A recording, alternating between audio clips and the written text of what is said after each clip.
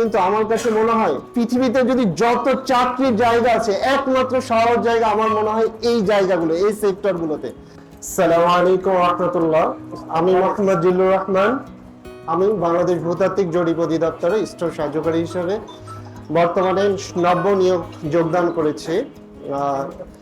আসলে সত্য কথা বলতে কি, আমি আসলে ভবঘুরে ছিলাম। সবাই জানে, এখানে অনেকেই যারা পরিচিত ছিল। আমি আসলে আমার পথটা কোন দিকে আমি কখনোই নির্ধারণ করতে পারি নাই। সর্বশেষ আমার শ্রদ্ধেয় শাহিন স্যারের পথ নির্দেশনায় আমি প্যানাশিয়াতে প্রথমে একটু ঘুরতে এসেছিলাম। যে আমার যখন সবগুলো পথগুলো বন্ধ হয়ে যাচ্ছিল, তখন আমি প্যানাশিয়াতে পদার্পণ করি। তখন মনে হলো যে সবকিছু বাদ দিয়ে তাহলে দেখি, এখানে একটু চেষ্টা করে দেখি সামনে কিভাবে আগানো যায়। তো তারপরে আমি আবার বাসায় গেলাম।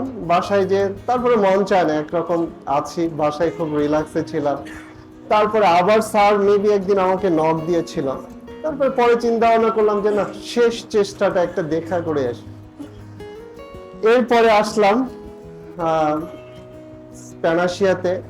তারপরে বিভিন্ন রকম প্রবলেম, ঢাকা শহরে আসলে নতুন এসে অ্যাডজাস্ট করাটা আমার জন্য খুবই ডিফিকাল্ট হয়েছিল।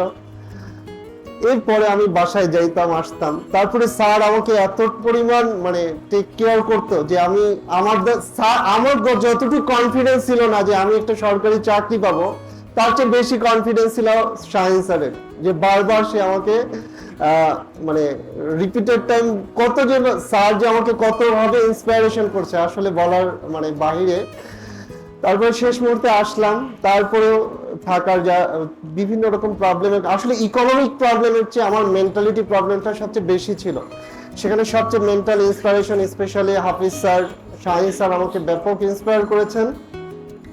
এরপরে হয়তো আমি খুব একটা এফোর্ট দিই নাই, কিন্তু যতটুকু পড়েছি মনোযোগ দিয়ে পড়েছি। হয়তো আমি ওভাবে পড়াশোনা করার সুযোগও পেতাম না। আমি আমার পড়ার শিডিউল অনুসারে, স্পেশালি আমার কাছে মনে হয় হাফিজ স্যারের রুটিন অনুসারে আমি মোটামুটি চেষ্টা করতাম সেই রুটিন অনুসারে পড়াশোনা করার জন্য। আর সব মিলিয়ে আসলে সরকারি চাকরির সিলেবাস দেখলে আমার কাছে কেন যেন ভয় হতো যে এটা আমার দ্বারা সম্ভব না। এত কিছু মুখস্থ করা, টাইপিং করা, এত রুলস রেগুলেশন আমার দ্বারা কখনোই সম্ভব ছিল না। সর্বশেষ শাহিন স্যারের অনুপ্রেরণায় হাফিজ স্যারের সিলেবাস অনুসারে আমাকে যতটুকু যেভাবে, স্পেশালি ম্যাথটা, ইংলিশটা, আমি ইংলিশও হাফিজ স্যারের স্পেশাল ব্যাচে মাঝে মাঝে আমি এসে ক্লাস করতাম। আর বাংলাটাও টুকটাক দেখতাম, ক্লাস করতাম। সব মিলিয়ে জিকেও আমি অত ভালো পারতাম না, মাঝে মাঝে মুকুল স্যারের নোট নিয়ে যে মুখস্থ করতাম। এই মোটামুটি সব মিলিয়ে আসলে ওভাবে আমি আসলে এটা আল্লাহ তাআলা আমাকে এখানে রিজিক রেখেছেন, এই জন্যই হয়তো বা এখানে এসেছি। আমি জানি এই সরকারি চাকরি পাওয়ার জন্য আমার কাছে মনে হয় যে সবার আগে স্বপ্ন দেখতে হবে। আমি একটা সরকারি চাকরি করব, এইটা আমাকে প্রথম স্বপ্ন দেখতে হবে। এরপরে আমাকে টেবিলে যেতে হবে। টেবিল থেকে না পাওয়া পর্যন্ত টেবিল ছাড়া যাবে না। এই ধরনের মেন্টালিটি যাদের আছে, আমার বিশ্বাস কেউ যদি প্যানাশিয়াতে বা এই রিলেটেড জবের ক্ষেত্রে কেউ যদি 3 থেকে 4 মাস এফোর্ট দেয়, আমার মনে হয় সে খালি হাতে ফিরে যাবে না, এটুকু আমার কনফিডেন্ট।